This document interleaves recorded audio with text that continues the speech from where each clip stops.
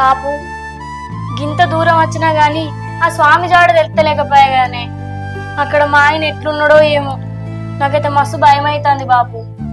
చూడు బిడ్డ, అన్ని తీర్ల కట్టాలు పడ్డటువంటి రామయ్య పాదాల చింతన మనం ఉన్నాం.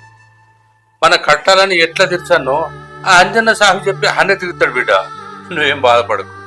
వదిలే, మనకి ఇక్కడ దాకా దారి చూపినోడు ఆ స్వామిని చూపించడం ఆ దేవుడికి పెద్ద పని కాదు. నువ్వు ధైర్యంగా ఉండు. ఇక్కడ దాకా వచ్చినామంటే ఆ రాముడి దయ వల్లే కదా సాయి. ఎట్లనన్నా వేసి ఆ స్వామి జాడ దొరికేటట్టు చెయ్యి తండ్రి.